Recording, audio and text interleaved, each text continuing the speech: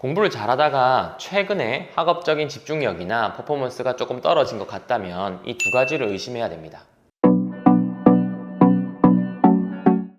안녕하세요. 정신과 의사 윤닥입니다. 오늘은 학업 퍼포먼스와 관련된 이야기를 좀 해볼까 합니다.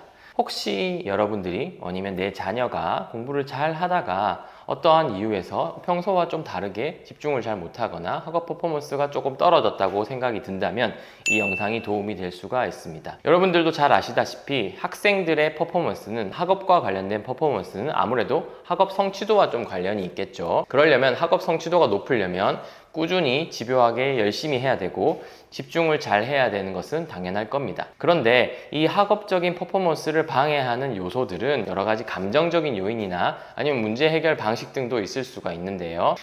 그것들을 깎아먹는 또는 그것들을 저하시키는 큰 두 가지의 원인에 대해서 말씀을 드리도록 하겠습니다. 첫 번째 원인은 당연히 학업 스트레스죠. 주변의 기대감이 높거나 아니면 압박감을 많이 느끼거나 아니면 불안이나 긴장을 많이 느끼는 친구들은 학업 스트레스로 인한 학업적인 번아웃 상태에 빠지기도 하고요. 아니면 집중을 잘 못하기도 하고 본인의 능률을 올리기도 어려워합니다. 이거는 완벽주의적인 성향이 좀 강하거나 아니면 내가 뭔가 잘해야 된다라는 압박감이 강하거나 이러한 상황들에서 평상시에는 잘 하다가 긴장과 불안으로 인해서 중요한 시험이나 결정적인 순간에 실수를 하거나 당황하는 경우에도 많이 볼 수가 있죠.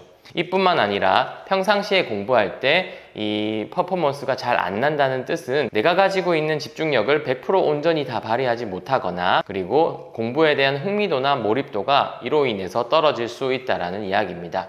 이런 경우에는 아무래도 감정을 조절하는 훈련들을 하는 것이 도움이 될 수 있고요.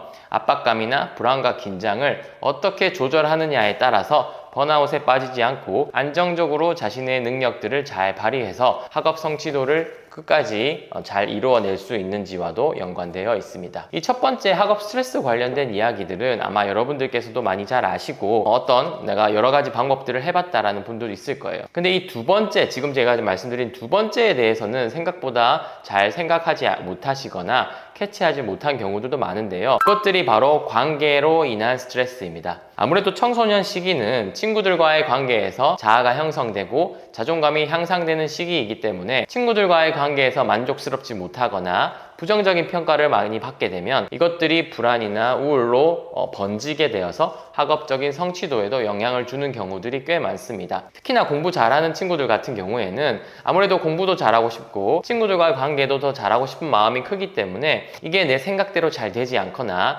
인정을 받지 못하거나 아니면 약간의 트러블이나 갈등이 있는 경우에 더 크게 좌절하는 경우들이 많이 있습니다. 그래서 미묘한 갈등이나 아니면 미묘한 어떤 변화들에 대해서도 어떤 섬세한 반응을 일으키게 되고 그것들에 신경을 너무 몰두하다 보니 공부에 방해되는 요인들도 꽤 많은 것이죠. 아까 말씀드린 것처럼 크게 따돌림을 당하거나 아니면 친구 관계에 문제가 생기는 경우는 너무나 당연히 공부에 방해가 될 거고요. 꼭 그런 것들이 아니더라도 자연스럽게 발생할 수 있는 갈등이나 아니면 다툼이나 아니면 따돌림까지도 아닌데 원래 하던 어떤 루틴들인 역동들이 깨어지는 상황들도 어떤 이 관계에서의 변화로 인식하기 때문에 이 청소년들이 이 여러 관계에서 좌절감을 느끼는 경우들이 이와 관련되어 있다고 볼 수 있습니다. 최근에 제가 만났던 친구는 평상시에 무리지어서 밥 먹으러 다니는 그룹이 있었는데요. 어느 날 이 그룹에서 나만 빼고 그 친구들끼리 밥 먹으러 간 거예요. 사실 나만 빼고 그 친구들끼리 밥 먹으러 간 이유에는 너무 다양한 이유가 있을 수 있겠죠. 어떤 작은 문제로 인해서 마음이 상했을 수도 있을 거고